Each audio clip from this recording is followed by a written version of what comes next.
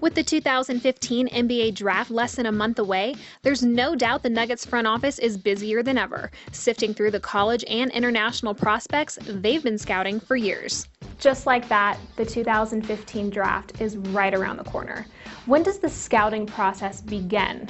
Probably college scouting starts more or less in October, but August and September is preparation for it, so it never ends.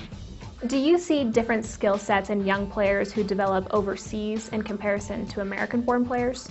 We do. It's just that I lived through, early 90s when, European players like myself were soft perception. Then all of a sudden we'll take any foreign players around when Dirk came out, and then now all of a sudden we're trying to find a middle because there's a lot of great players in college and a lot of good players in Europe, so you have to pick and choose. As a former director of global scouting, what are some of the challenges of international scouting? Well, the biggest pain is probably travel and logistics. That's the biggest thing, because sometimes you feel like you spend so much time traveling and airports and trains and cars that, it's almost like you're losing time. Is there an adjustment period for players transitioning from the international leagues to the NBA? For internationals, probably the vocabulary that they use on court, style of play, and the number of games that we have here in the NBA, 82, which is a huge number. I mean, how do you prepare for games to play 6 games in 9 days? So those kind of adjustments they have to make, but I don't think it takes them a long time to adjust.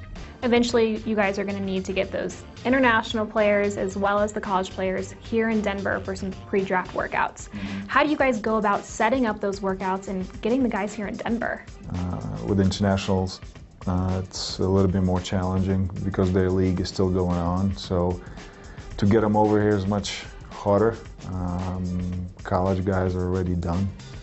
So the scheduling, usually after the lottery, that's when it gets really busy, trying to get guys in.